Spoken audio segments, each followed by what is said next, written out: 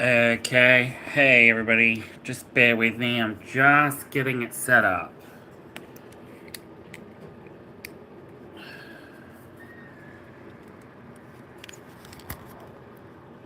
Okay.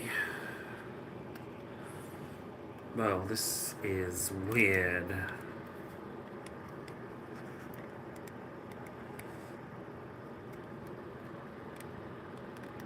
Okay.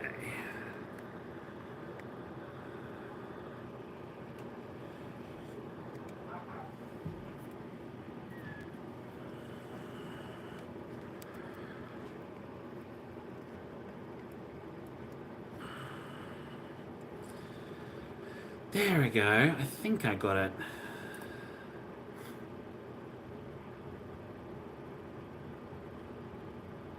I think I got it all set up, ready to go.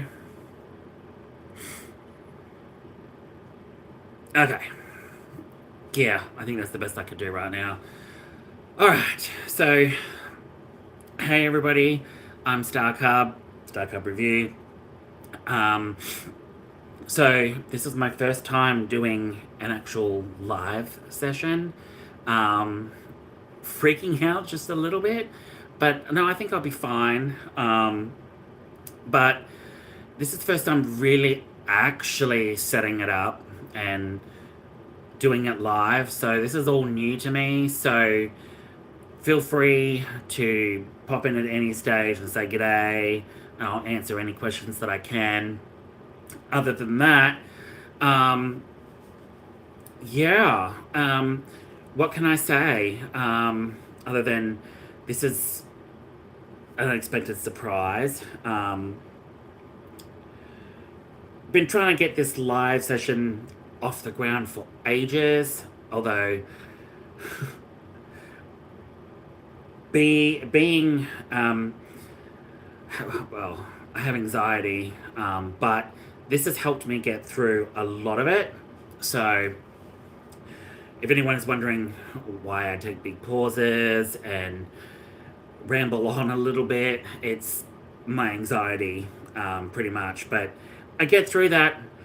We're just talking and really just getting used to the whole thing. Never really done this before, and when I started up this channel, I think I set this thing way back up in 2020, but didn't really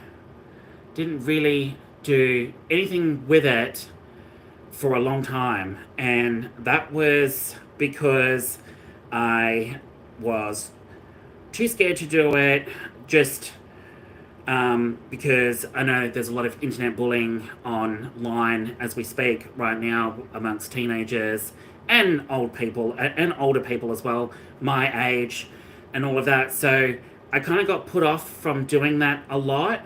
So I never really wanted to do it. But then friends back home in Australia and friends here in America encouraged me to step out of my comfort zone a bit and really go for something that I really was passionate at, like talking, reviewing games and movies and TV series and that, and that's right up my alley. I mean, I love that shit. I love talking about it with friends. So I kind of stepped out of my comfort zone, did it, and then from there, it's just been, it gets easier and easier, although I'm still nervous because, you know, I'm not a professional when it comes to doing all these videos, you know, because everyone has, you know, really cool high-tech equipment and, you know, footage and all of that, and I don't. I get my footage here and there from sources, but other than that, I just basically do what I can with my camera, with my phone camera actually, which is really helped, which has been really good, and it's served me really well so far with all these videos. So I mean, I can't complain. Other than that,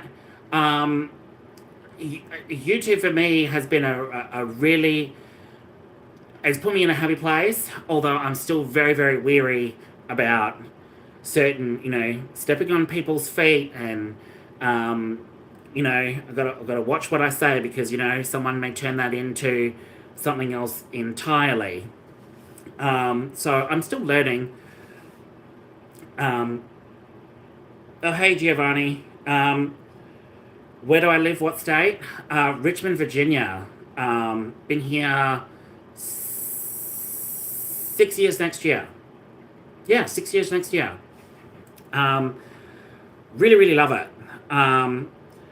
Seen some other places like Los Angeles. Where else have I seen?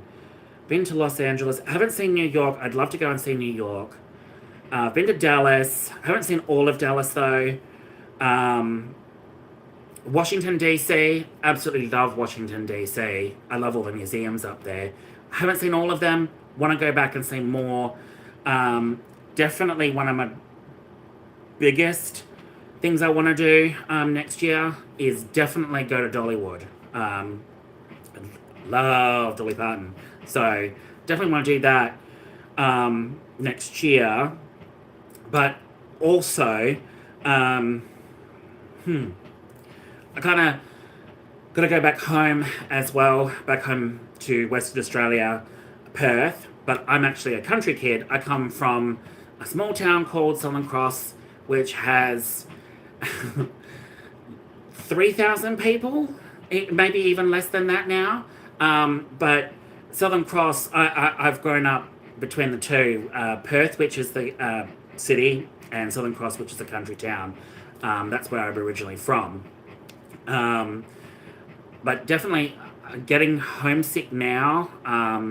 Haven't been back home for over 6 years, so really need to get back home and see all my family and friends back home. But Southern Cross, I'm trying to think. It's small. It's small. Although the thing I like to do the most is camping, bushwalking, bush bashing, which is what I used to do when I was growing up as a kid. My stepdad would take us out in old cars, and we'd go bush bashing, we'd bang it through the bush and stuff like that. So we were learning how to drive as well, which is really, really cool. So we used to do that as kids. And I kind of miss that growing up. Even now, I see all sorts of memories and photos and that, and I'm like, oh, I really miss doing that. Definitely camping as well is a big one. I miss camping. Used to do that all the time with my dad. We used to go out to different sort of dams in Southern Cross, out in the bushlands, and there'd be just random dams where you could swim, which are like big watering holes. And we had one on. There was one on a farm. A friend of ours had a big, huge, massive sort of like dam, and we used to swim in that. There's another one out at Yellowdine, not far out of Southern Cross, which is massive, massive man-made dam, and it gets full of water, and used to swim in that.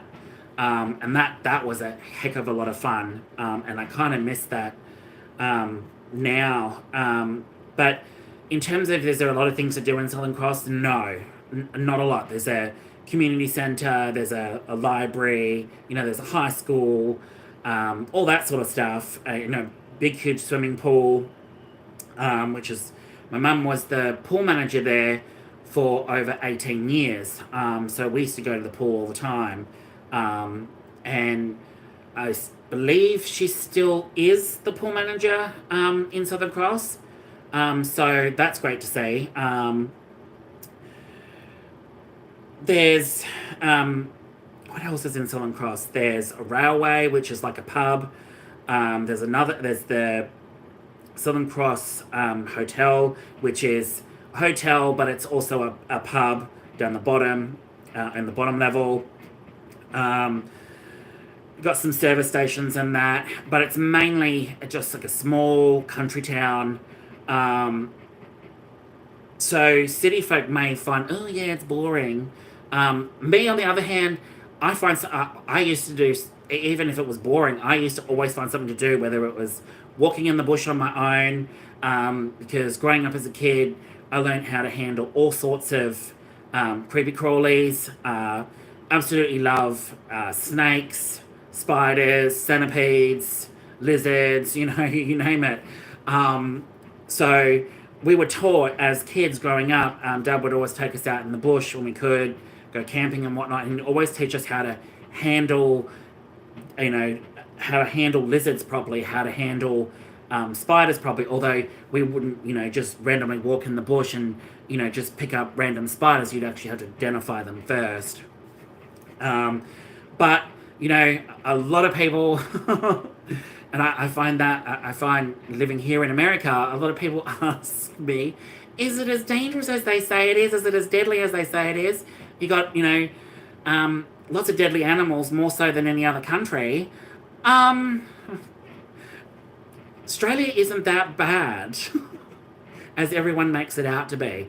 It's nowhere near that. Yes, we have, like everywhere else, we have deadly spiders like the Sydney funnel web, the redback spider, dirty longlegs, which is like one of the most poisonous spiders in the world.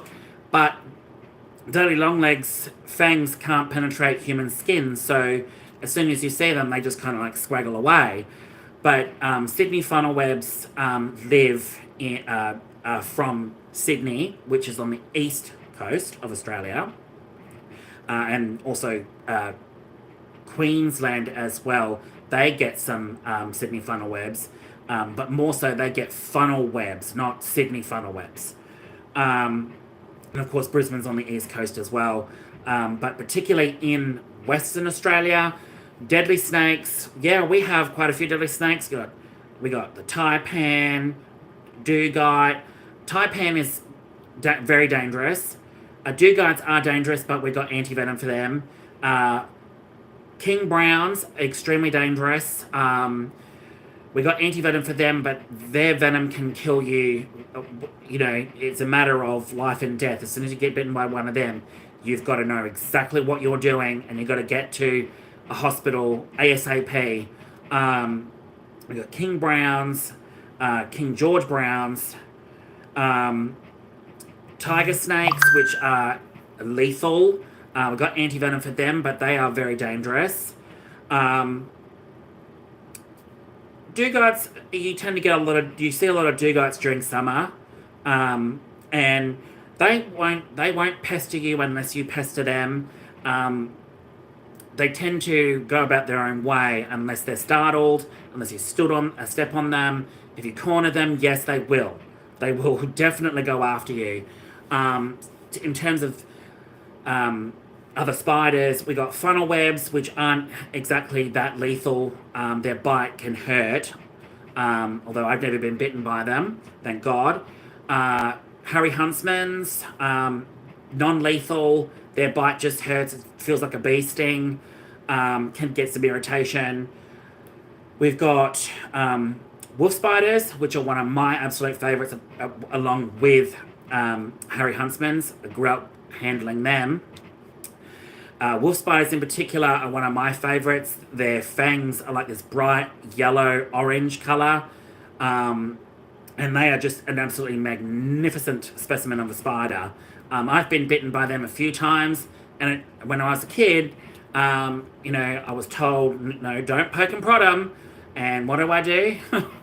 Poked one, and I kept prodding at it, and it jumped up and bit my finger.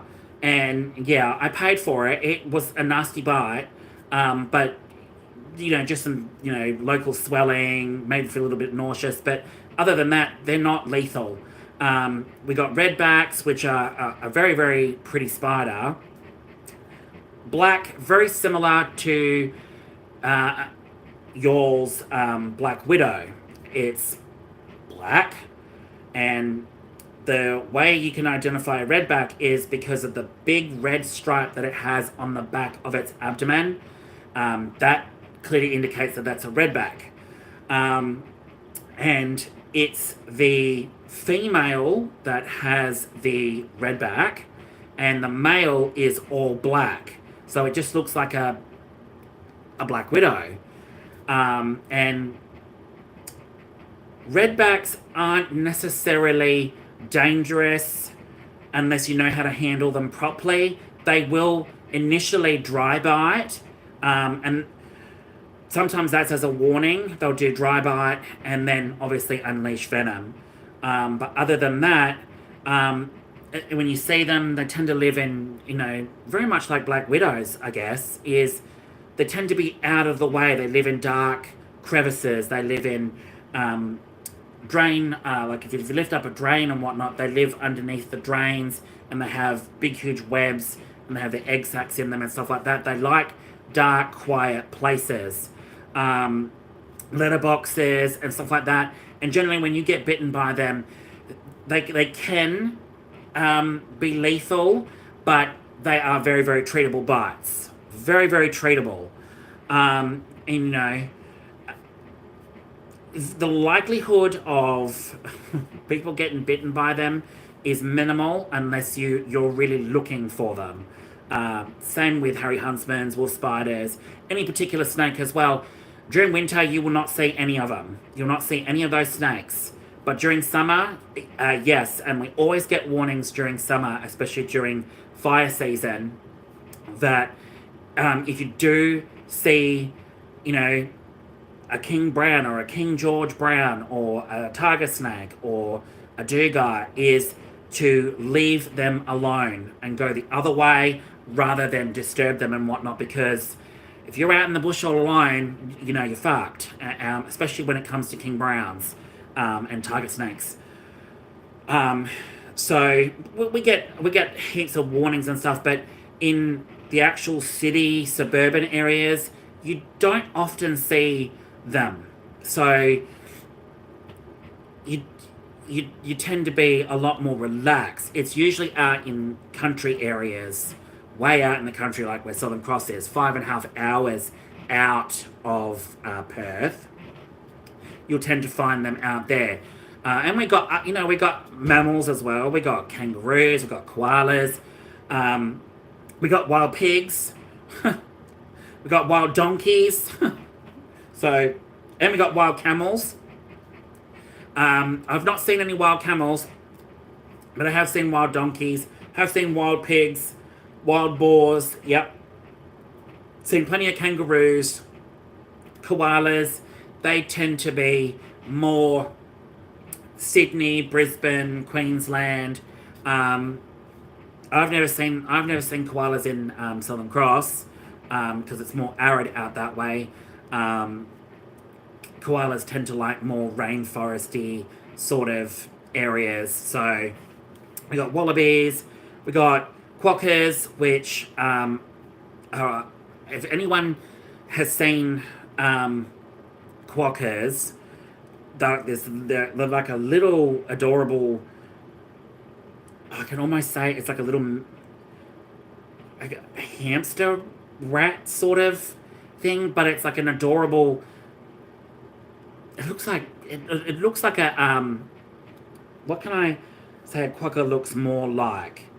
A lemming? Looks like a lemming? Yeah, it looks more like a lemming. Sort of looks like a lemming, but they're like a little miniature kangaroo type animal, and they're only found on an island in WA called Rottnest Island, and I've been there when I was in high school. I went there I joined the bushrangers, and we went there for a whole week and did a camping trip for my bushrangers, and we did bike riding around there because you can drive on the island, but they prefer you cycle because it's pretty small, so you can cycle the whole island within a day. And the quokkas are absolutely adorable. And you've probably seen them in pictures and stuff like that, where tourists will go up to them and take selfies with them, and they have the really cute photos where they're like smiling. They are very, very cute. Extremely cute, extremely friendly, but they advise you not to handle them or touch them or really get too close to them, because over the years they've gotten so used to people that they're even coming into camping grounds. They're coming closer to resort areas as well, and there are a lot of dickheads out a lot of dickheads in the world that do the wrong thing, and they will mistreat them. It's just horrible. The Rottnest Animal Conservation Rangers are, trying to make habitats for them where they feel a lot safer, and then not coming more towards the resort areas, because unfortunately there's so many people now that have that mistreat them, and this tends to be all the dickheads from graduating from high school and whatnot. They go there for the weekends, and piss it up and party it up, because they're graduating, and then of course they do the wrong thing, and some of the animals have been badly injured. They've been fed wrong food, so they've had to be rushed off to hospital, need urgent care. There was, several years ago now, back when I was in out of high school, had just finished high school, there were a group of teenagers that went there for graduation, and they got themselves in a whole lot of trouble because they took it upon themselves to, the quokkas had come in up to their area where they were staying, and what they did was they fed them beer and junk food, and got them so groggy, and just, it was absolutely disgusting. It's deplorable. I honestly, it was horrible, and they start, what possessed them to do it, I have no idea, but they kicked them like footballs, and it was just horrible. And I just think there's so many people in this world that are just gross, disgusting, and it's just like, why would you do this? Like, this is just horrible. So when you go to Rottnest Island now, you'll see certain areas where you're not allowed to go, and if you do, you get kicked off the island. It's preservation, and that's where they live. They only live on Rottnest Island. They don't live anywhere else except for that island. They do a whole breeding program with them as well, where they'll take some of them and they'll breed them at a conservation centre on Rottnest Island, and then release them back into the wild, so they've got a fighting chance at surviving, and for more generations to enjoy them, obviously, because they're an endangered species of ours. We've got, bilbies. We've also kangaroos. Everyone's seen a kangaroo. Emus. I've seen emus. We've got wild ostriches as well. I've not seen a wild... Well, actually, no, I lie. I have seen wild ostriches way back when I was a little kid, which was really, really fascinating to see. But I haven't seen wild ostriches for a very, very long time. Obviously, everyone knows Australia has dingoes. Yes, we have dingoes, wild dog. I've not seen any wild dingoes. Not from where I come from, Southern Cross. You'll get them more up towards Alice Springs, which is in the middle of Australia, Northern Territory. So you'll tend to see them more out there. But yes, there are wild dogs in the bush, and wild cats too. I've seen wild dogs, and they do warn you to be very, very careful. If you see a wild dog or whatnot, don't approach it. Leave it alone. But a lot of farmers, to protect their chickens and geese and sheep and all of that, they will actually trap the wild dogs, and they'll put them down humanely, because it's very much like foxes. And I'm not sure how this whole thing works in America. There's a certain amount there's a period of time that they're allowed to cull certain species down to stop them from getting into their land and stuff like that, and eating their chickens and stuff. And we have a particular one where it's foxes. And the farmers will trap them and put them down humanely, and that's because it's protect their investments, but it's also protect, you know, calves and all that. And unfortunately, um, it's it's a it's a horrible thing to do, but it's humane, and the farmers and that do that at certain periods of the year when they do harvesting and for cows and chickens and all of that. They've got to protect them. So they do that, and they do that with cats as well. And we've changed, and I think many years ago there was this thing going around. Farmers and that would use a poison called 1080, which is very destructive, an extremely lethal chemical that actually kills animals. And farmers would put it all around the barrier of their out in the bush. They'd peg certain areas, and then they'd lay out 1080, which would, if anything comes into contact with it or they ingest it, it kills them. And that was proven to be very inhumane, and we'd use it for years and years and years. Farmers had, but then all these studies came out saying how horrible it was, and that 1080 is extremely lethal, because if you see a sign up saying that 1080 is being used in this particular area of the bushland, you know that it's within the farm, their limits, barrier limit, but also you had to be careful because 1080 could very much affect your lungs, can affect, your eyes, your senses. It was horrible. It's a horrible way of, culling. And I believe anything that got ingested, it would die. So they've actually banned 1080 now, I believe. So we now use more effective methods to, cull things humanely when it comes to farming and stuff like that. But man, do I miss the country?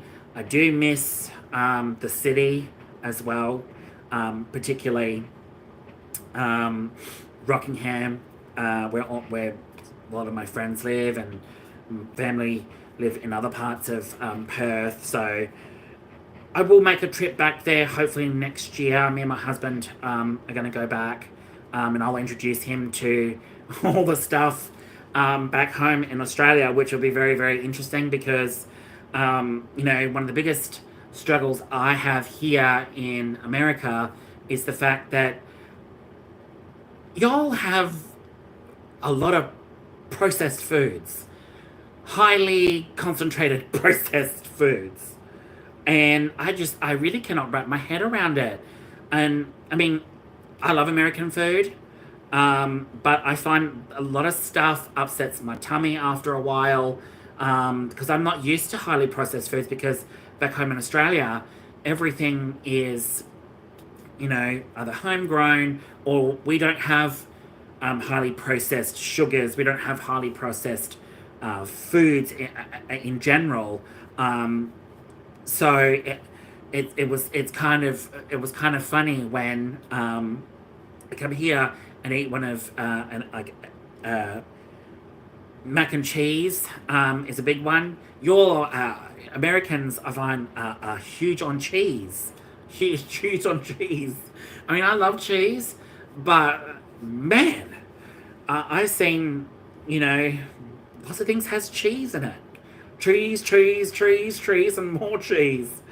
But no, the processed foods is one that I can stomach in small quantities, but it's nothing like our stuff back home. Like we have they're like little mini, like, oh no, actually no, they're full size sausages, but we also have the mini sausage frankfurts. Now, if anyone wants to jump in, does anyone remember the little red frankfurts? And I think you guys get them. Um, but we have big ones as well, the big frankfurts, and they're red. And you can put them in a pot of water and boil them, and over time they'd split, but also the red stuff on the skin would leach into the water, and then you'd have the hot dog water left over. Um, I miss those from home. I've had some of the red ones here, which are very, very similar to the frankfurts I get back home, but because they're processed differently with something else entirely, it doesn't feel like the same. Um, doesn't feel like the same thing, if that makes any sense. But I really miss the red frankfurts from home.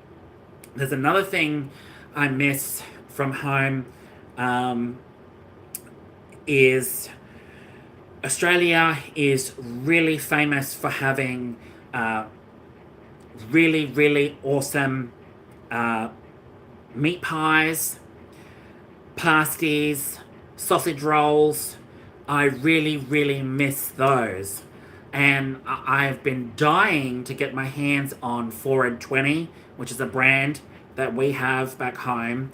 And there are certain places within the US that sell them at service stations, petrol stations. 420, and they come in like a little packet, and you can put them, you heat them up in the microwave, and you eat them. And we have 420, Mrs. Max, and I really miss them. But you can get some of them here, but they're in certain states, and I'm like, oh.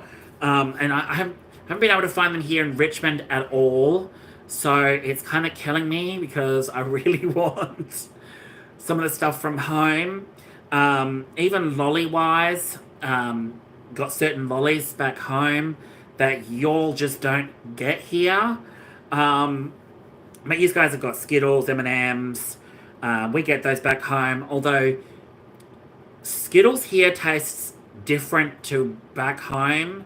Rolos. I loved Rolos as a kid, even as a teenager. But your old Rolos taste so much different to ours. Again, that's one that I miss. I have found some Australian stuff that you all have, which is absolutely great because I always tend to go to this particular place. My husband go there when we can. It's World Market. And we have a couple of world markets here. One in particular we go to, and I get some of the Australian chocolate like Violet Crumble, Mars Bar, Tim Tams.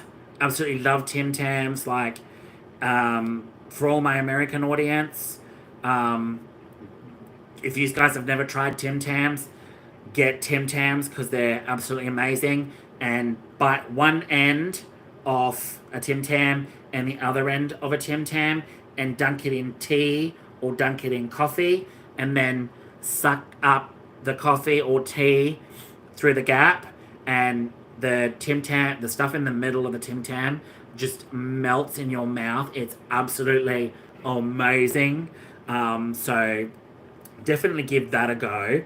And I always love going to World Market to grab my, it's a Dutch licorice. It's salty.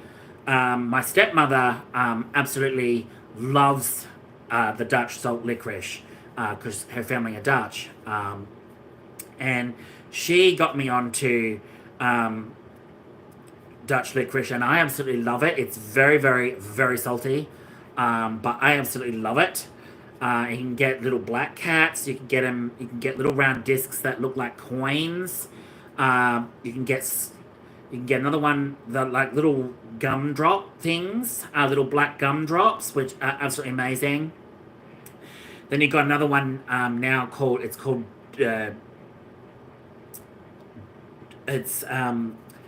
Duo. They call them duos, and those are not salty but they're a Dutch licorice, but they taste really, really nice. Um, there's a Dutch biscuit that I really, really love that my stepmom, they always, my stepmom and my dad, who live in Perth, every Christmas when I was living with them growing up, we used to have, like, at Christmas, we'd always used to buy these Dutch biscuits. I think they're called salmiak. Salmiak? They're a, it's very hard to describe what they are. I think they're called salmiak. Salmiak? Yeah, I think they're called salmiak, and they're a Dutch biscuit, and they're absolutely amazing with coffee. Absolutely amazing with coffee. So I always, if I can find them here, I always tend to get some of them and have them for Christmas. Haven't found them this year, so I'm gonna go out over the weekend, over next week, and see if I can hunt them down because they are quite amazing. So there's that.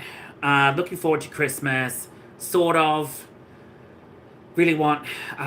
This year has just been absolutely horrible. I'm not gonna lie, it's been horrible. It's been a challenge. It definitely has been very, very trying. I really do want 2024 to just finish, but it's good. I mean, when it gets closer to Christmas, I guess I'll be more excited. But I'm just, at the moment, it's just been very up and down. It's been very hard with a lot of stuff, and missing home as well, and getting homesick, and trying to talk to friends whenever I can has been hard as well. So, I do struggle, and I have my good days and I have my bad days. I'm not going to lie. It's a struggle sometimes. But I do find joy in the days that make me happy. Like, I'll do some drawing, or I'll do some reading, or I'll play video games, or me and my husband will listen to music, we'll work outside, we'll do all that sort of stuff, or just go out in general and go for a walk. So, when it comes to, what I like and what I dislike and all of that, I'm very, very easy. I love all sorts of things. Like, one of my biggest loves is 70s and 80s music. Absolutely love 70s and 80s music. I was born in 86, but I'm a 90s kid. But deep down, I'm an 80s kid. I should have been born in the 70s and then lived through the 80s, because I love everything 80s. Even 80s horror movies, absolutely amazing. 80s comedies, dramas, all those films growing up as a kid, like Pretty in Pink, Breakfast Club, 16 Candles, Weird Science, Mannequin. I absolutely love all those films. Absolutely love all those films. And every time I always watch those films, they always give me some sense of joy. Like, there's just something nostalgic about watching a film from the 70s or 80s and going, wow, I really wish I could have lived that era. Although I don't regret growing up in the 90s. No, not at all.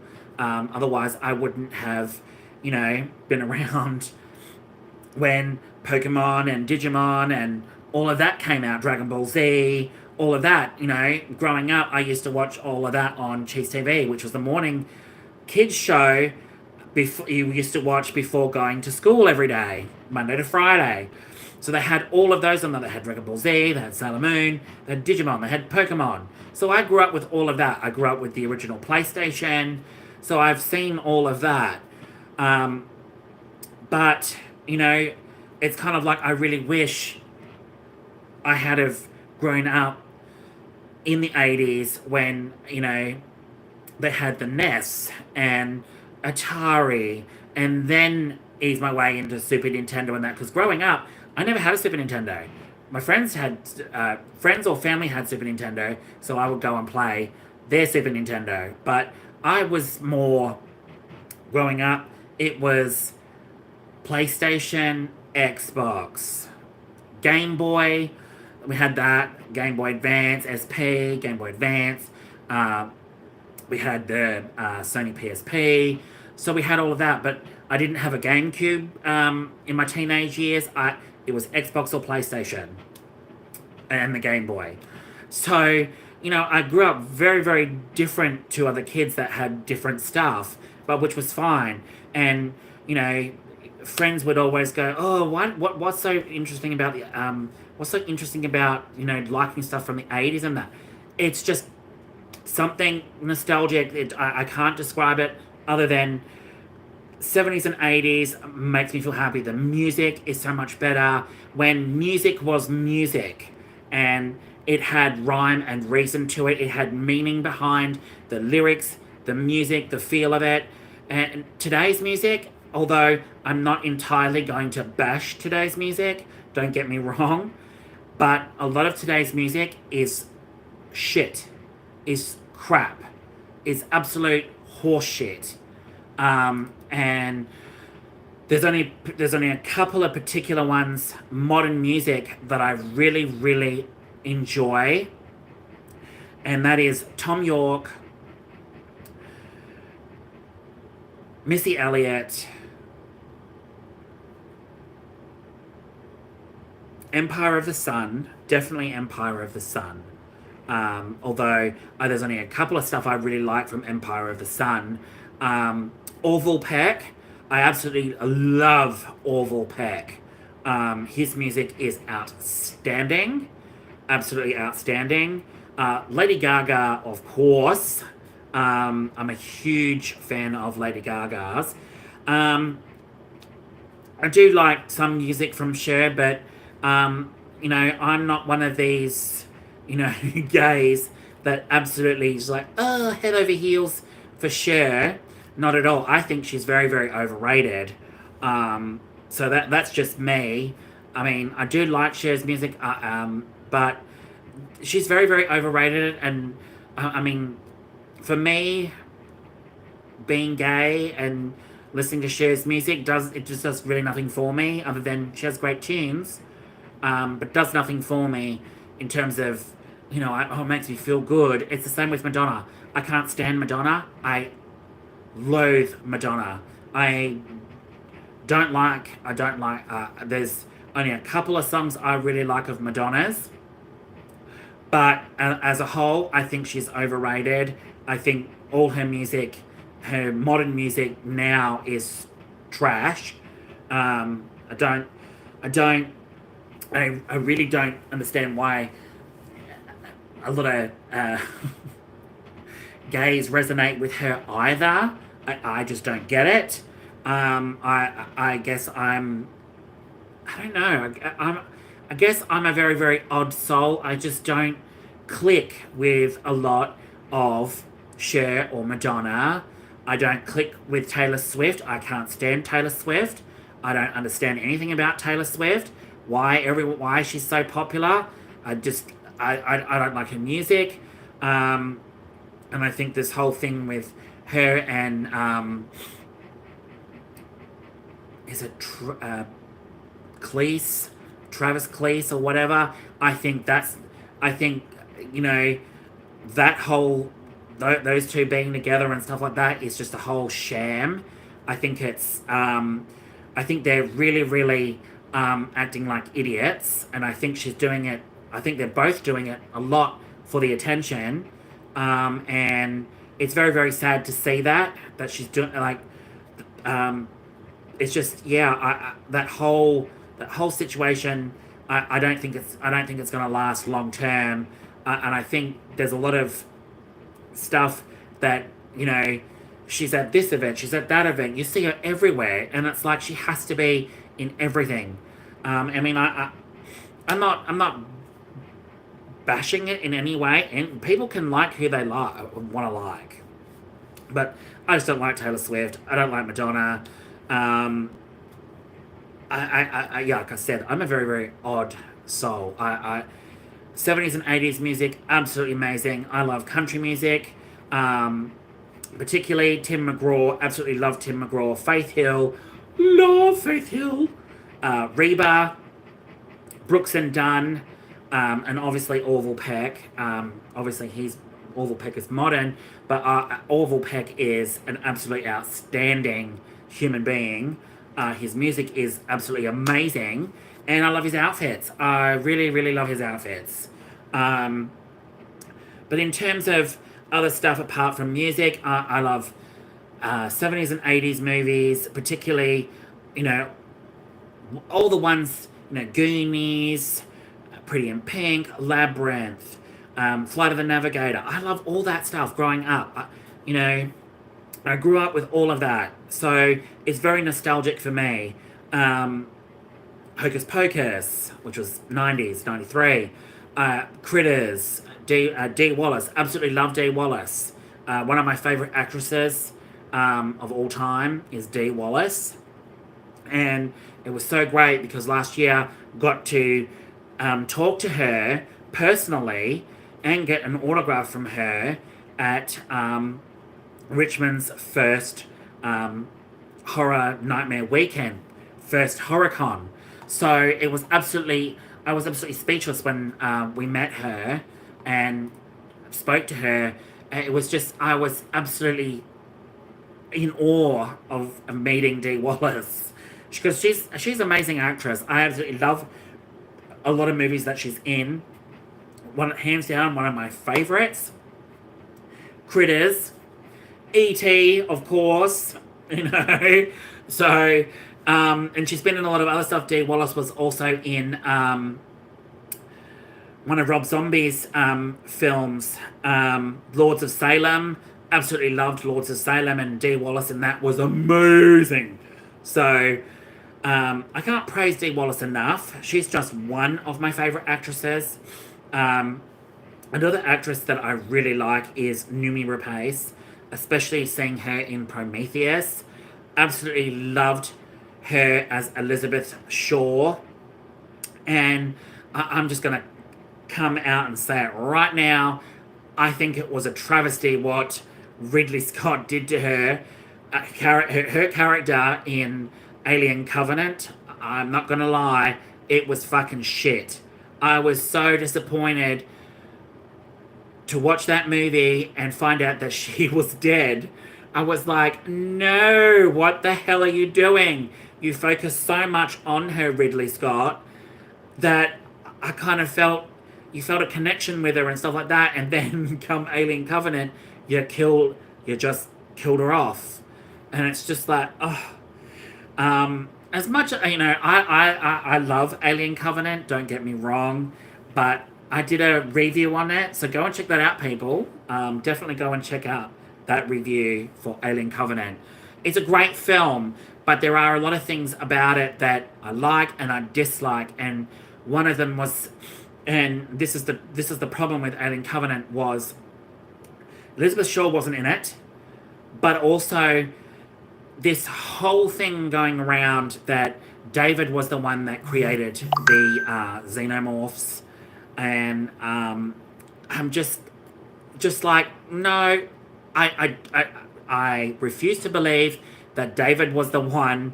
I mean, I love David Fassbender, how he plays David, but no, David did not create the xenomorphs because it contradicts everything that came before it in Prometheus, where you see the mural and you see one of the engineers and they've got their hand on what looks like an early lookalike of what like a xenomorph or a prototype of a xenomorph, and it's bowing down to them.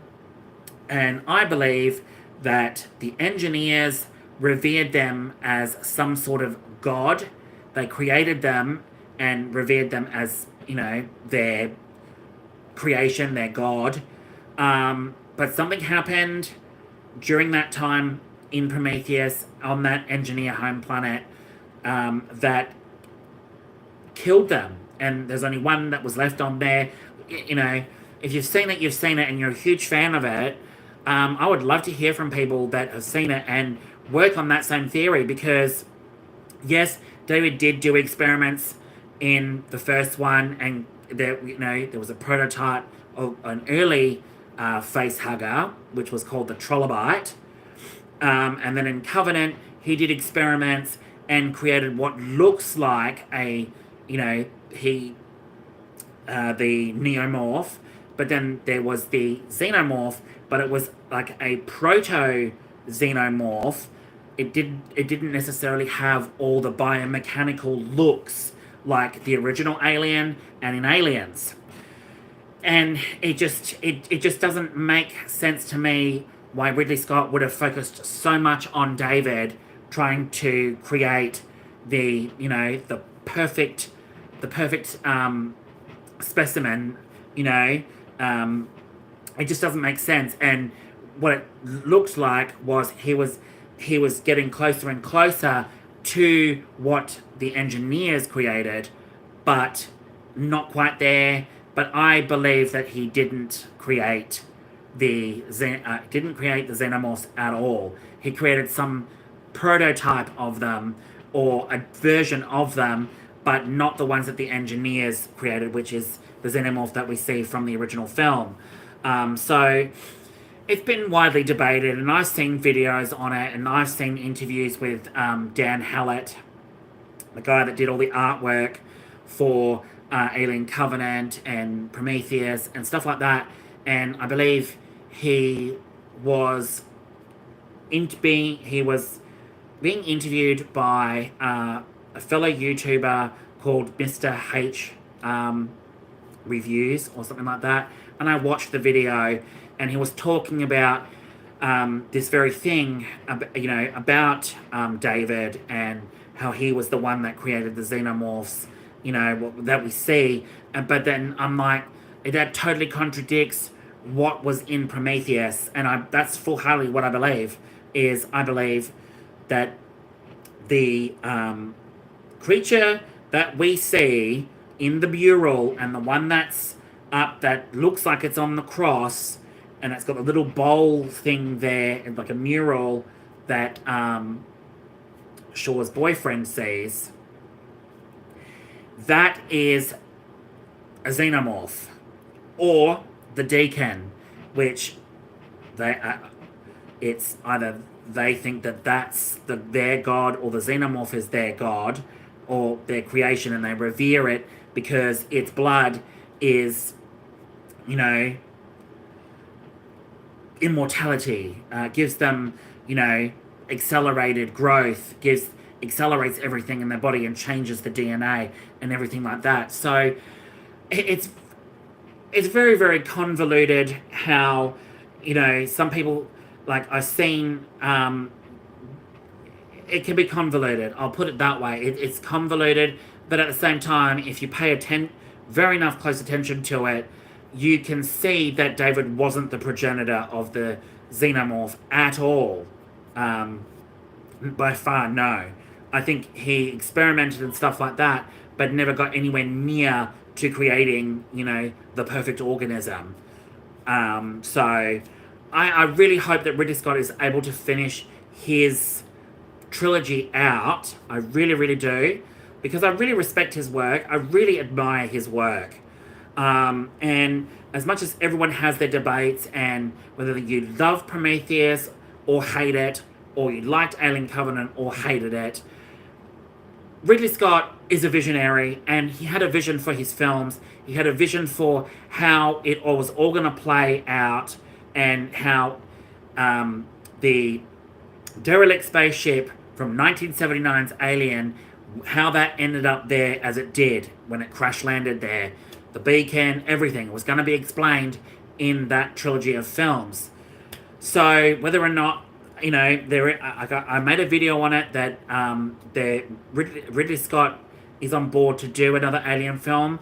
Whether or not that's his last film to end it out, I'm hopeful that it is. I hope to God that it is, because then at least give him that, because that would give us a clear picture from Prometheus, Covenant, and this film, connect all as a whole and connect the other films.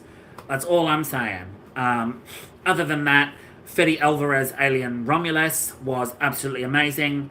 That was one of my favorite films of 2024. Absolutely loved Alien Romulus.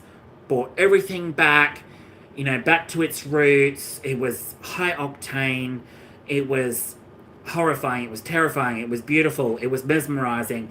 It was nostalgic, but it was fresh, and it also didn't destroy anything that came before or after. It actually fits right into the timeline really, really well without ruining anything. So I really hope Fede Alvarez and all of them return for an Alien Covenant 2, which I've heard it's been greenlit, but we're waiting to hear back to see whether or not, we've got to have a really good story for it to justify going on. So I can't wait for all of that.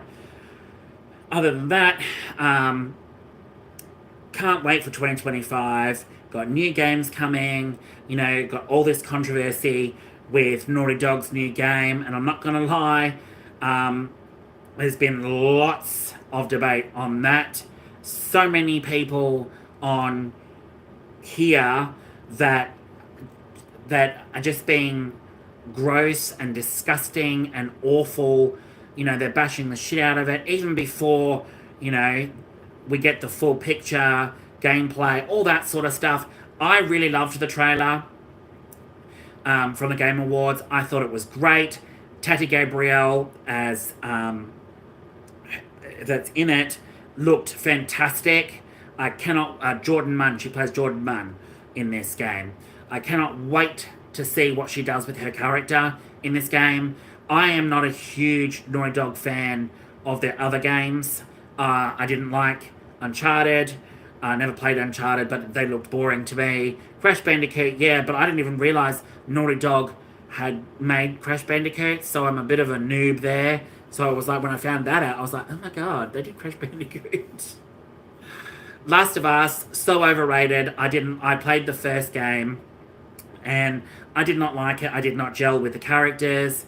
I didn't like it. I thought it was overrated. The game was just boring, and I can't understand why so many people drooled over The Last of Us. And even The Last of Us 2 just does not appeal to me at all. It just seems more of the same bullshit with Ellie. And I didn't even like Ellie. I couldn't gel with Ellie at all. There was just something about her character that I just did not like. Joel was the only good character that I liked. But even then, the game to me just was, I don't know, I didn't gel with it. It was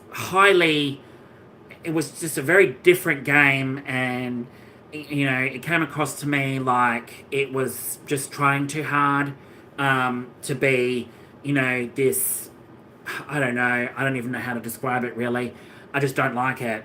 So I'm really looking forward to the first time actually a Naughty Dog game, Intergalactic: The Heretic Prophet. I'm actually looking forward to it. I made a video on it, and I'm excited. I know there's going to be lots of people that are going to shit all over it. Even when they do buy it, they're going to shit all over it because they can. Because today's world is just absolutely nuts. It's absolutely crazy. Everything gets labelled woke. Everything gets labelled, we don't want this butch lesbian character in our games. Shave her head. What's the point of that?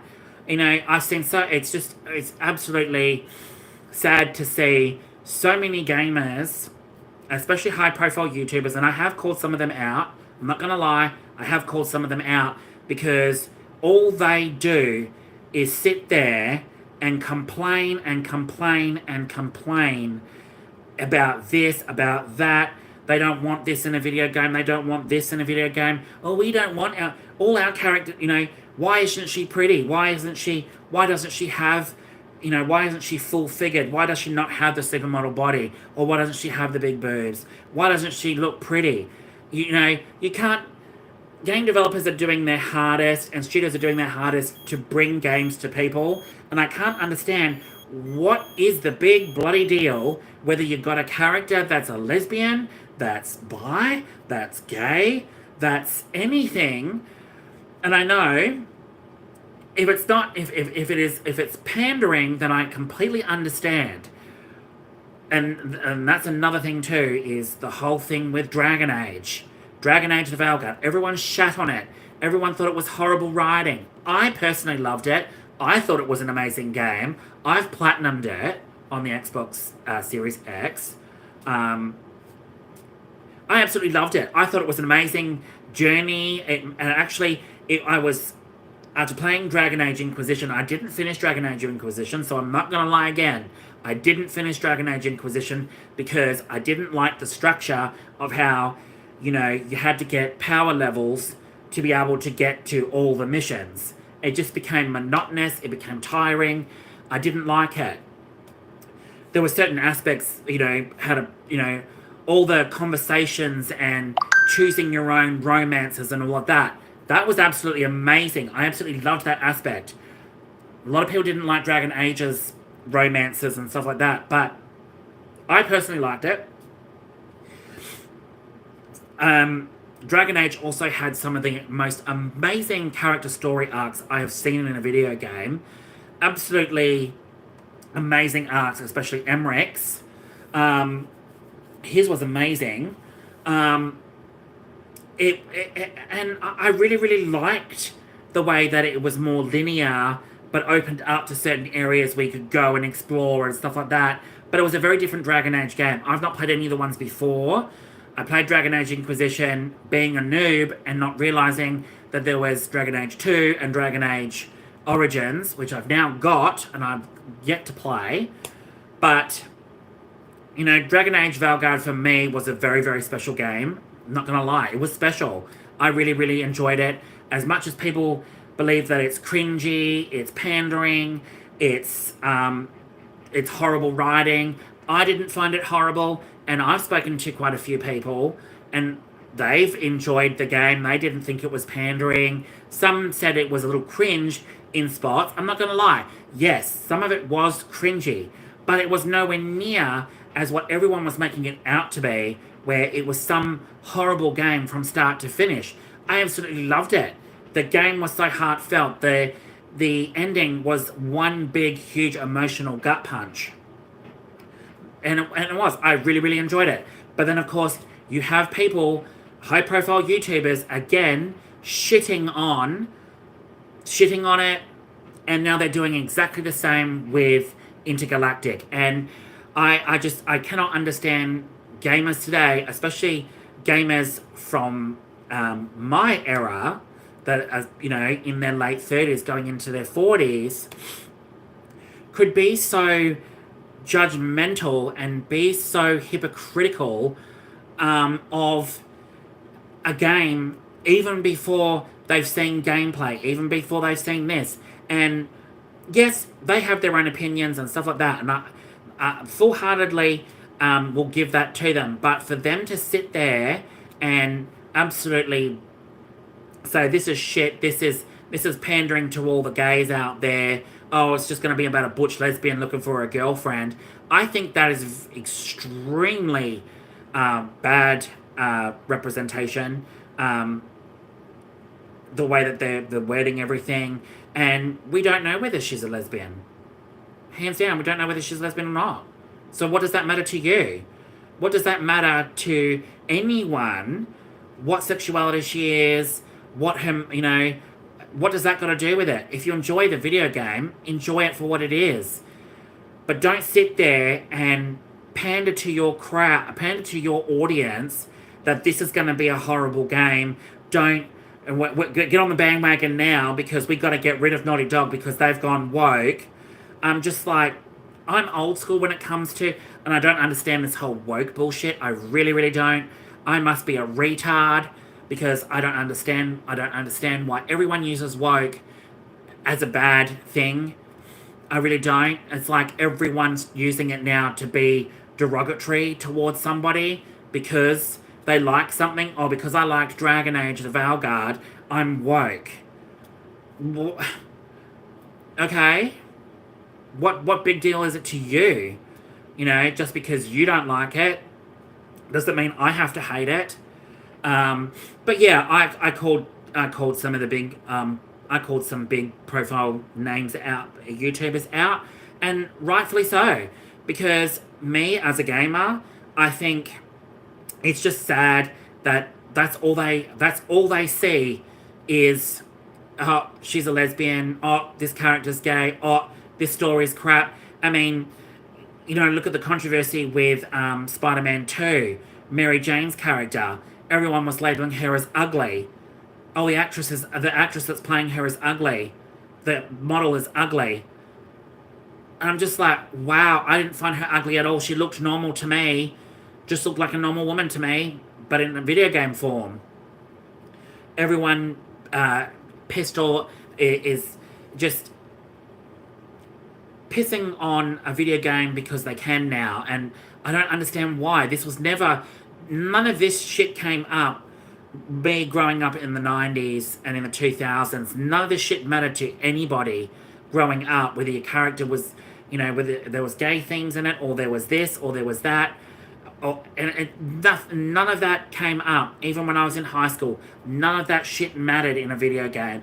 But now, there's so many people, especially young people in their 20s and early 30s, just shitting over video games because they can. Because it doesn't you know, it's not to their liking, it's not to their style. And I'll take the situation with Silent Hill 2. Again, there were so many people pissing all over the fact that Maria looked bad. I thought she looked amazing. Way better than her character model in Silent Hill 2, the original. I'm not gonna lie. I love Silent Hill 2, the original, but I thought Bloober Team did an amazing job of Silent Hill 2 and were absolutely incredible masterpiece. One of a kind. It is so much better than the original. Even James Sunderland, he is so much better in the remake. The same with Laura, the same with Eddie, the same with Angela. And another thing too was everyone pissed all over Angela. Apparently she looked ugly. Why doesn't she look like her original counterpart from the original game?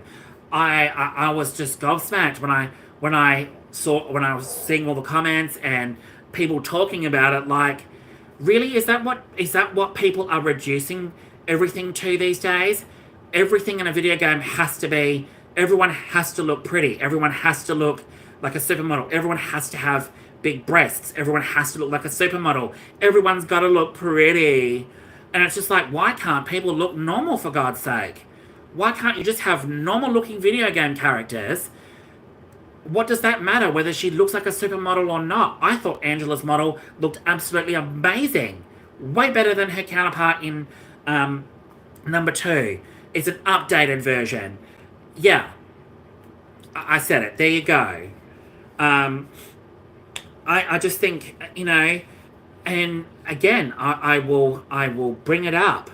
That what the whole Angela aspect was, I saw a small short or clip of Asmongold talking about Angela from Silent Hill 2 and comparing her to the original Angela.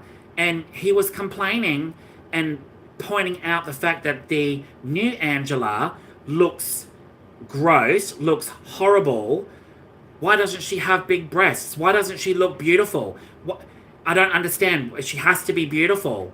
You look at Angela from Silent Hill 2, the original, and now look at the remake, she looks horrible. And I just think, why? What in what realm is that a concern? She just looks like a normal video game character. Why does she have to look like a supermodel? Why does she have to have big breasts? Because she had big breasts in the original? I mean, come on, Asmongold. I mean, for Christ's sake. Is that how shallow you are when you look at women?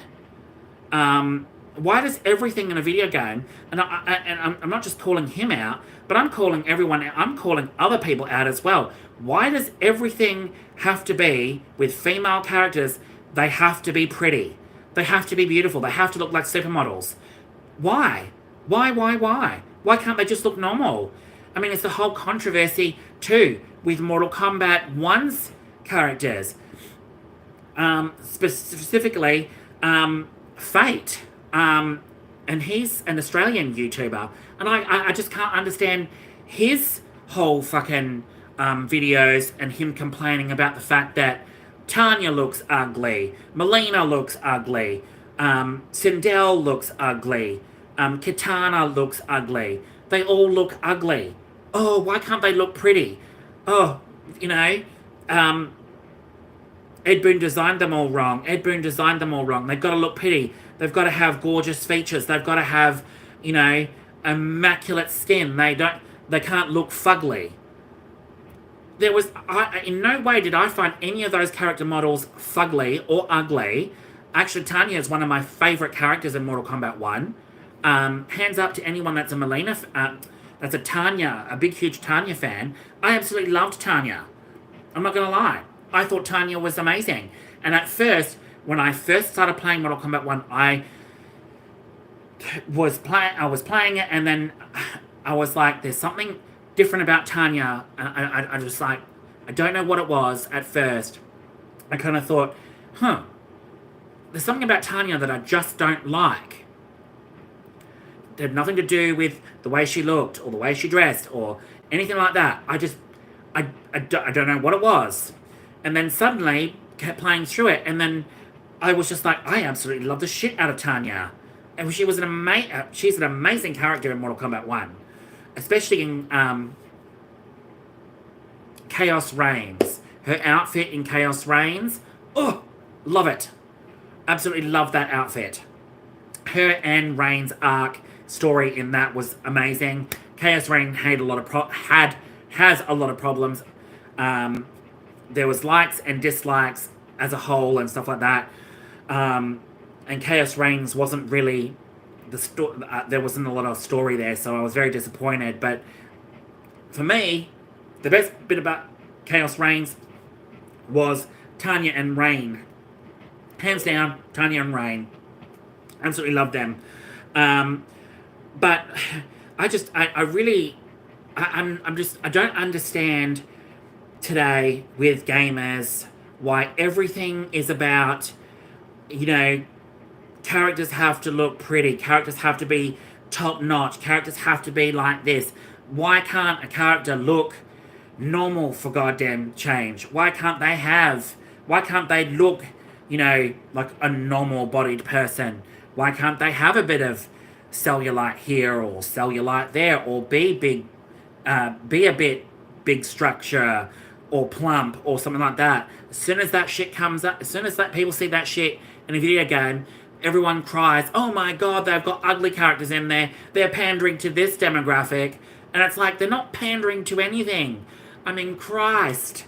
I mean, I don't understand it. And every time I see videos like that and people jumping on and just berating the shit out of a studio or berating the shit out of a character because they can, and, you know, it all comes down to what they look like, you're very shallow. And I think gamers today are very, very shallow. For the ones that actually understand where I'm coming from and don't worry about any of that shit in a video game, I really praise those people, because you don't let that shit get to you, whether or not this character's gay or not. It's not an issue. It wasn't a big issue, and I'll bring it up again. I mean, I haven't really brought it up, so I apologize there. No one has ever spoken about the fact that The Last of Us, Ellie was continuously struggling with her sexuality, and when we find out that she's a lesbian, no one batted an eyelid. No one batted an eyelid throughout the whole of The Last of Us and The Last of Us 2. No one batted an eyelid. But as soon as you got a lesbian, as soon as someone just comes out with a video game like Intergalactic, Naughty Dog's new one, they're automatic, and she shaved her head, it's automatically assumed she's going to be a butch lesbian.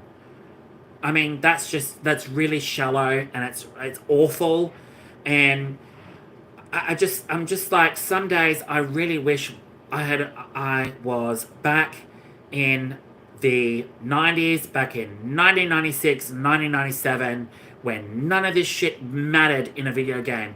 None of it mattered, because it's crazy to think so many gamers out there now just absolutely shred a game to shit because it doesn't meet their standards, or a character's not pretty, or this male looks gross, or I don't want to see this sort of shit. I want to see strong, independent, well-written characters, and so do I.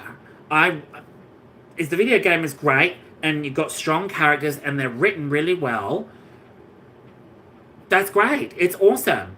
But as soon as you find out that they're a lesbian, or they're gay, or there's LGBTQ things in it, or there's all this there's other stuff political mixed in as well, everyone is jumping down everyone's throat.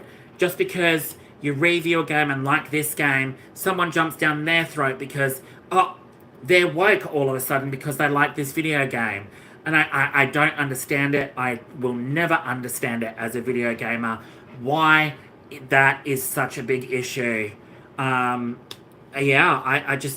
don't understand. I really, really don't understand any of it. And it really does, it really does make me feel a little bit like, well, shit.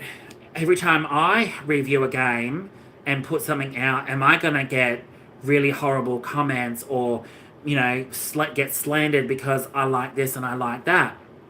And I did a couple of videos on Dragon Age, and I did a final review on Dragon Age the Veilguard and what I liked about it and whatnot. And there were a few comments in there that I really I deleted straight away because they were absolutely horrible. Because the mentality is, straight away, people were assuming just because I liked it that I was pandering. No, I'm not pandering. I'm not a shill. I'm not anything. I liked it because I liked it. I resonated with it. I really loved the story. I loved the characters. I liked the setting. It made me feel happy playing it. It was a very, very amazing game. I thoroughly enjoyed it. I don't get paid to be a shill. I'm not reviewing it for, you know, the studio, for the game studio to give them good cred or whatnot. I liked it, and because I liked it, and that's how I personally felt about it. There are so many other people that I've come across that really, really thoroughly enjoyed Dragon Age the Veilguard as well. Yes, some people pointed out it is a little cringe, and yes, it is. In some spots, it is cringe. But it all works into the story, it all plays out, but you can go past the cringe and just go, oh, that's a little cringe, but hey, it's not that bad. Where I've seen reviews where they thought the whole game was cringe. They thought all the characters were cringe, that how everything was set up was cringe. It was pandering to a minority of people. It wasn't pandering to a minority of people at all. And I know the whole subject with Taj being non-binary and all of that, I didn't see an issue with it. There was a few cringy moments that she is in that were very questionable at first, but it works into the story and how her character is. And look, whether or not people think that it's bad, she's badly written, or she's a bad representation, I didn't think she was a bad representation. Little things could have been handled differently, but I didn't think she was a bad representation of non-binary. But it did, her arc and her story did really open my eyes, and I'm not gonna lie, it really did open my eyes to non-binary, what people like, people that are non-binary, how they feel, and that's great, and that's how I saw it. And if other people saw it that way, that's great too. But other people choose not to, and they choose to think that it's pandering to a minority of people. This is disgusting. Blah blah blah. No why. This is why it's so hard being an LGBTQ gamer, and I'm just speaking from my personal experience. I find it hard to resonate with some video games on some level because of the way that a certain character is written or the story. Typically, in video games, it's usually a straight story. And every now and then you'll get something that has gay themes or something like that, or alludes to it. But typically with a lot of games, it has a very, it's more driven towards straight story. It doesn't have underlying LGBTQ themes or doesn't have gay characters involved, and that's fine. I'm not complaining in any way. But it's very, very hard for certain games that I play to really understand the story and the game and really resonate with certain games that don't have, or completely wipe it to the side, or just completely ignore the fact that you introduce a gay character, but then all of a sudden you kill them off, or they're in the background and they're shoveled towards the background. So some video games for me, I've struggled with that on some level, and that's growing up, that's the thought that was running through my head is I can't relate to some of these characters. But then as I got older and older, as I'm getting older, there's a diverse mix of games that I'm starting to resonate with on both levels. Being a straight story, being an LGBTQ, having LGBTQ themes and characters, and intertwining those stories together. I'm resonating with the story. I'm resonating with the characters. And Dragon Age for me was one of those ones that had, you could make a character, you could lean the character towards straight, you can lean the character towards being gay, or bi, or whatever takes your fancy. And that's what I like, because then I can relate to those characters, and I can relate to the themes, and I'm getting more involved with the story, while it's not taking anything away from the main story as a whole. As long as those themes are balanced out and it doesn't ruin the story and whatnot, I'm all for it. It makes me feel a lot better having having representation in a video game, but not pandering at the same time, like it's in your face, it's shoved in your face. And I completely understand where a lot of other gamers are coming from, where they believe that it's a form of pandering, where it's completely shoved in your face. And I don't agree with that. I really don't agree that it should just pander to a minority. But so far, the games that I have come across and played have not been pandery. Have not been pandery at all. So I really don't understand just what everyone is so angry about, so frustrated with, so afraid of in video games today, where studios and directors and writers and all of that are really trying to deliver an experience for people, and that might not be an experience for everybody, and I understand that. It might not be an experience for everybody, but what gives gamers the right to attack other gamers that are enjoying a game purely for the fact that They've got the representation. It's an amazing story. It's an amazing cast of characters. And, you know, people enjoy the game. They go through it, the music, they feel the rhythm, everything.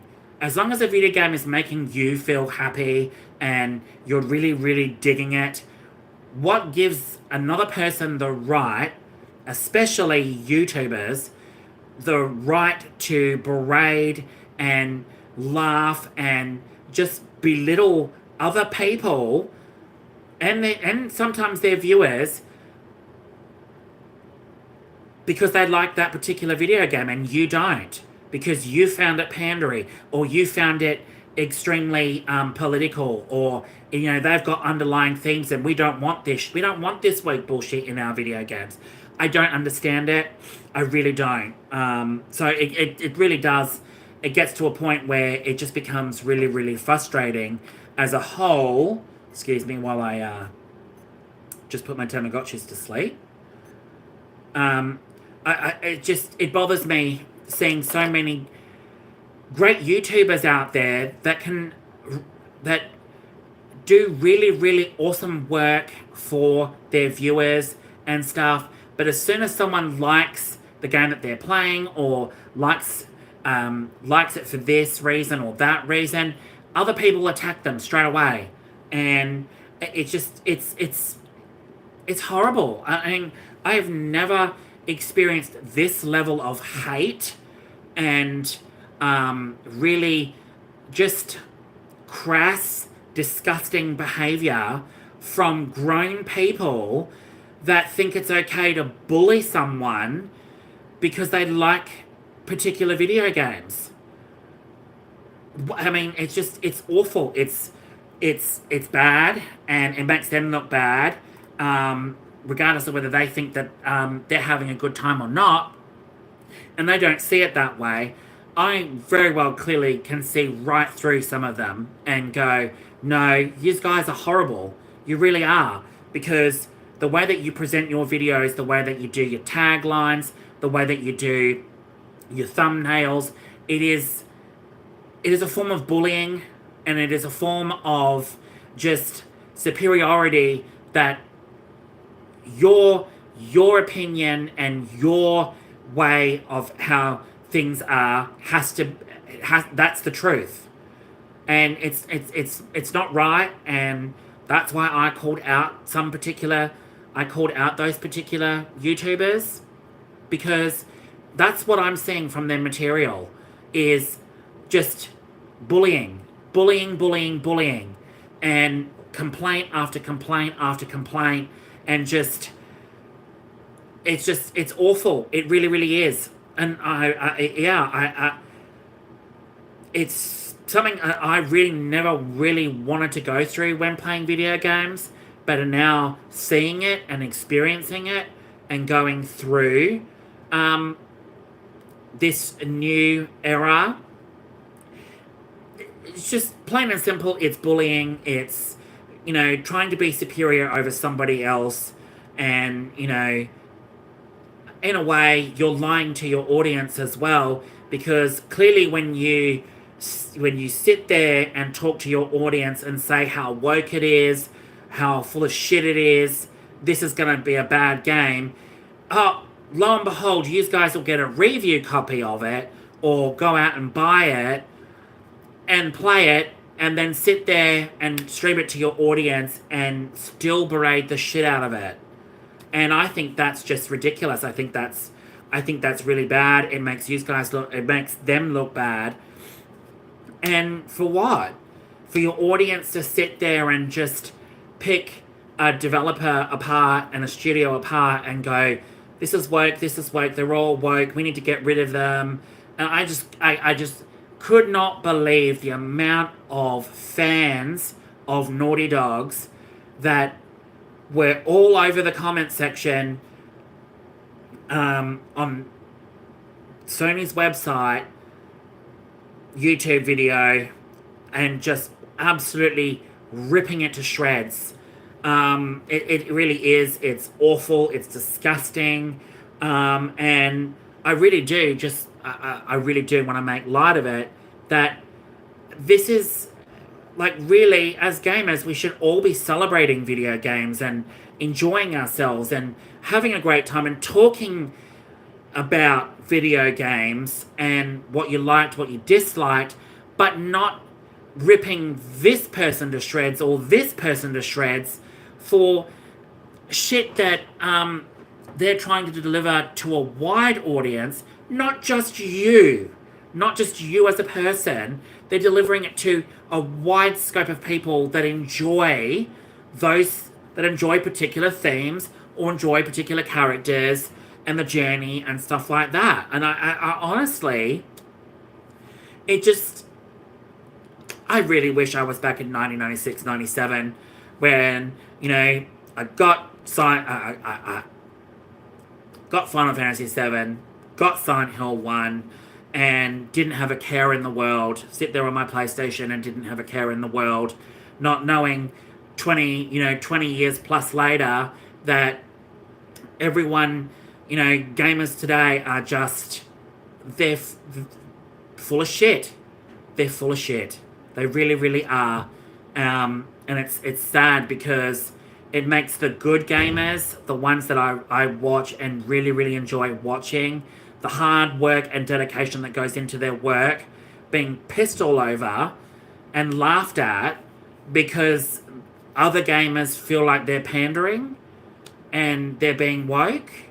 And it's just like, oh my God, like, really?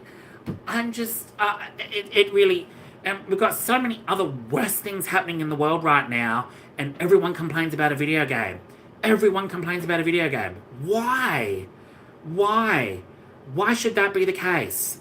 We should be focusing on 2025 and beyond how we as people are going to go into the next year and the year after that, maybe the next decade after that, how we're all going to survive, how we're all going to, come together and really just be normal, be like normal human beings, for Christ's sake, rather than attacking somebody because they like this or they like that or they're woke, or it's absolutely awful. And it just makes me sad that it should not be like this. It should not be like this. And this is why my anxiety goes through the roof, is because a lot of my videos that I do, every time I'm running through my head, and I've got these scenarios playing through my head, that someone is going to attack me for this, someone is going to attack me for that, someone is going to disagree about that, someone is going to call me, a Biden and Kamala lover, and blah, blah, blah, blah, blah. Yes, I voted for Kamala. I'm all for Kamala and Biden. But someone called me. Someone thought it was necessary to say, oh, what's with all these Kamala Harris voters commenting about this, commenting about that, and it had nothing to do with Kamala or Biden. I was reviewing a video game. So, because the way that I spoke in it, and I called this particular thing out, or I called that particular thing out, or I was speaking about it, you automatically assume that, I voted for Kamala Harris. What difference does it make if I did? So, when that sort of shit happens, my anxiety is just through the roof, and I get really, really nervous. But I delete those comments straight away because I just think it's unnecessary. I think it's very, very unnecessary. And I think people like that attack other people because they enjoy certain things, whether they enjoy books, whether they enjoy video games, whether they enjoy TV shows or movies. I've had comments on my movies, people calling me, oh, why do you like this movie? Oh, this movie's awful. Absolutely goddamn awful. No, we don't want another sequel. We don't want this. We don't want that. And it's just that, I've learnt to grow my shell over that now and just glisten and just smile at my haters and go, yeah, okay, delete, delete, delete, delete. It shouldn't be like that, but sometimes it is, and it comes to that. But as a whole, I enjoy doing what I do for people because I tell the truth. I tell the truth as it is. I don't lie. I'm truthful in what I'm saying when I like this movie or I dislike that movie or I recommend this movie or I recommend this video game or I dislike this about this video game about this particular game, but there are other aspects of this game that I really, really like. It's the same with TV shows. I will say it how it is. I tell the truth. I don't lie to my audience. I'm very, very truthful in everything because I believe being very, very open and honest with your viewers, you get that in return from them as well. And that's the main thing. I enjoy doing what I love doing and doing these videos, and it all flows out. Like I've been filming for over an hour and 30 minutes now, and I'm just naturally talking. I was never a big speaker for crowds, but even this, I've never done this before, and now it's coming to me naturally. Like blah, blah, blah, blah, it's just all coming out. So yeah, I mean, each to their own. I know I'm ranting and raving here a bit, but it really does help me to focus on a lot of things. There are a lot of great YouTubers out there that I watch. Eric Landon, Maximilian Dude, Fextra Life. I absolutely love Fextra Life. Fextra Life is amazing. I love their videos. I know a lot of people shit on Fextra Life, but that's besides the point. The Jaded Rabbit. Big shout out to the Jaded Rabbit. I love the work that you do, man. I love the work that you do. I love your videos. You keep being you. The Jaded Rabbit, amazing guy. I always have a laugh at his videos. He likes to poke the shit out of, and he's real. He's real. But the way that he talks about the truth and all of that is he's really, really funny. He's hilarious. He's like a comedian, and I really love watching his videos. The Night Sky Prince, he's an amazing YouTuber. I love his videos. Anything on Final Fantasy, he is amazing.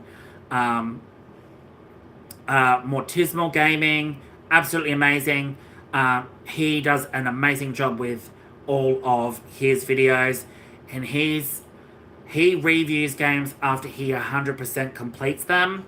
Absolutely amazing YouTuber. I love watching his videos because a lot of his videos, I watch the review and go, I get to a certain point and then I'm like, oh, I have to get that game and play it now. So with some of his suggestions on it, when he reviews, I've actually gone out and bought or downloaded and started playing because he's really, really good for that.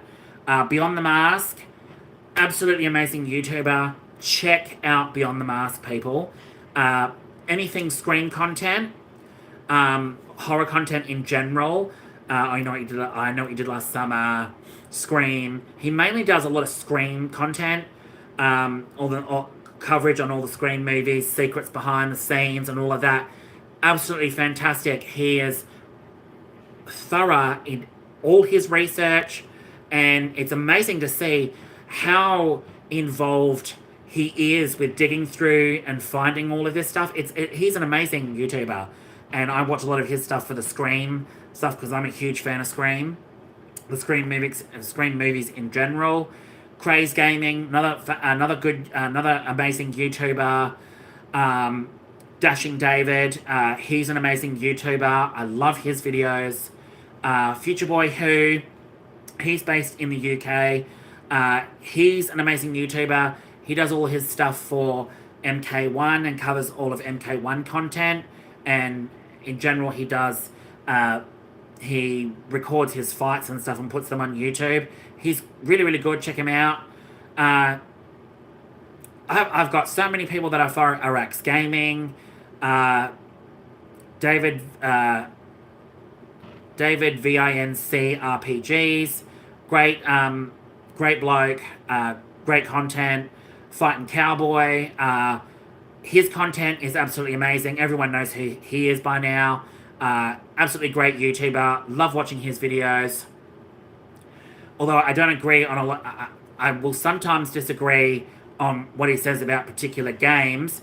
But as a whole, his content is absolutely amazing. Some of the stuff that he doesn't like, I've found that I've liked. So I really like that because, you know, it's just great. Rage Gaming videos, he's really cool. Boo Lizard Jello, Killjoy Jake. If anyone loves horror content, movies, check him out. Killjoy Jake covers Scream, No Eat the Last Summer, 80s movies, 70s movies, anything you can think of horror-wise. He is a great horror person to go to check out his stuff. I haven't checked him out lately with some of his videos, but I will be getting back to him in a bit. Bits and Glory, he's an amazing dude. Vardy Vidya, anyone that loves Dark Souls lore, Bloodborne lore, Elden Ring lore, Soulsborne games in general, Vardy Vidya, everyone knows who he is. He is an absolutely amazing content creator for everything Soulsborne. The extent of his knowledge is absolutely incredible. What more can I say about him other than the fact that he's amazing with his content? Let Me Solo Her. Go and follow him. Everyone knows who he is. There's so many more people that I follow, but Fat Hen Farms, and I reviewed their book that they did, the amazing imaginary adventures of Finn. That's up on my channel, so do check that out. And Fat Hen Farms, the two blokes that own Fat Hen Farms, absolutely are amazing dudes. Their content is amazing for anything animal related. Finn, especially, the little button quail with fascination with hats, has everything hats. Absolutely amazing. That channel always makes me smile. Always. I've watched every single one of their YouTube videos, and they're absolutely amazing blokes. Absolutely amazing. I follow them on Facebook as well, Instagram and TikTok. There's so many more. Isha Gaming. Isha Gaming is amazing. Check her out, people. She is amazing. Her content is amazing. She is one of the first ones I actually checked out, apart from Maximilian Dude, of course, and others. But Isha Gaming was one of my first ones that I checked out, that I saw videos of, and reviewing, RPGs, obscure RPGs and all of that. I checked her out, and her content is absolutely amazing. So go and check her out, people. She's amazing. But other than that, they are just some of the great channels that I follow. I have so many more that I follow, but I don't want to bore you with that.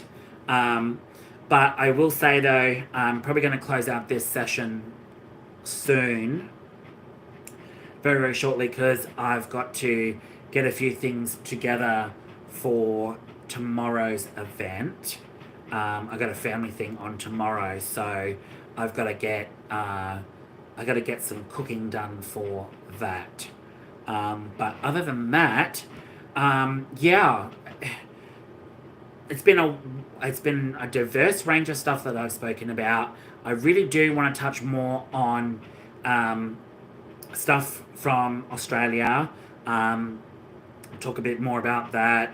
But before I close out, for those who have asked on my, there's been a lot of people that have asked on my Facebook. I've had messages, many messages on Facebook,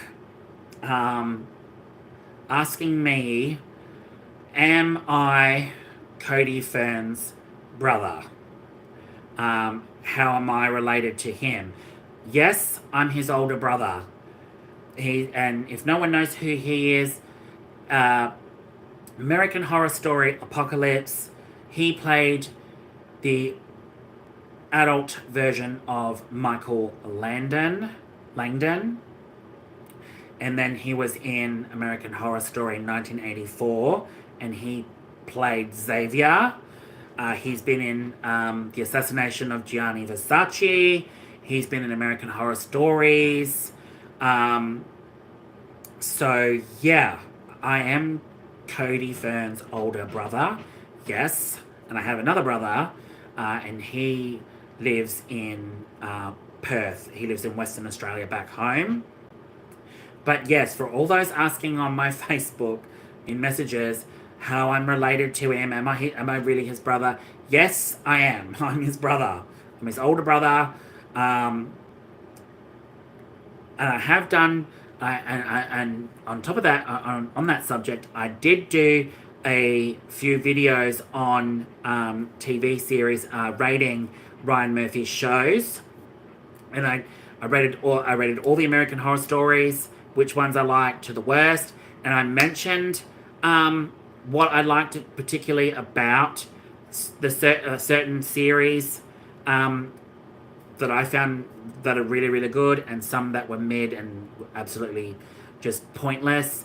And I mentioned in there that yes, I am Cody Fern's brother, and I can't wait to actually see what he does next, because I did mention in those videos that I would like to see him in more American Horror Story, but also I would like to see him in some other stuff, particularly. So from what I know, he's got some upcoming stuff coming. I'm not sure. I don't talk to him. I haven't spoken to him in over 10 years. Not going to stop now. Just the way that he is, unfortunately. But doesn't stop me from watching what he's in or whatnot. But yes, I am critical of some of the work that he had. In some of the American stories he was in, I was a little bit critical. But yes, I do not speak to him. I don't know where he lives. I don't know what projects he's got upcoming. I do know because he speaks to my dad and he speaks to my mum, and they keep me informed on whether he's, what he's doing, like he's away filming and whatnot. But they don't know what it's for, other than the fact that he keeps in touch with them every now and then. I know he's got quite a few upcoming projects, so look forward to those when they come out, hopefully next year. But other than that, I am probably going to sign off. This has been absolutely great to just sit here and talk. It's just been great to sit here and talk, and hopefully anyone that was watching, has been watching, that decides to want to watch this down the track and whatnot, please let me know. Comment on the video, get in contact with me via Instagram or TikTok, and I'll answer any questions that you have to the best of my ability. And I will be back with some new videos later this week. It's Sunday tomorrow, so next week I will have a bunch of videos that will be coming. I'm not going to tell you what they are. It's going to be a secret. But one of them I will tell you is I've got some updates coming for my Tamagotchi Angel. And I have a vlog coming for my Tamagotchi Tamagotchi mix, which I'll be doing a vlog for that and sharing some news with that. But other than that, thanks so much, guys. It's been absolutely great to get a lot of things off my chest, just to sit here and chat. And hello to those people that came on. Anyone watching, anyone that watches down the track, thanks so much, guys. I really, really do appreciate it. I hope this video has been informative. You know, I will probably inevitably hear back from some people giving me shit, you know, because I called, you know, their favorite YouTuber out or whatever. It doesn't really bother me at this point, but, you know, as a fellow YouTuber myself, I think that, you know, respectfully calling them out is the right thing to do, because I think something needs to be addressed and needs to be done with YouTubers that think that this shit is okay, to just completely trash other people because they can and they think it's funny. I don't. Other than that, thanks so much, guys. I will probably do another live video maybe tomorrow. I'll do maybe a lunchtime one or an afternoon one. Let me all know what you want to, how you would like me to do another one. But yeah, I will be, I'm probably going to do, no, you know what? I will do some more live videos, because now I'm very open to and relaxed to be able to do this now. And I'm not so nervous anymore, which has been absolutely great. So thanks to all of you and the wider audience in general for, you know, just listening. It's been great. It's been great. Other than that, thanks so much, guys. I will see you all with more videos down the track. All right. Ciao.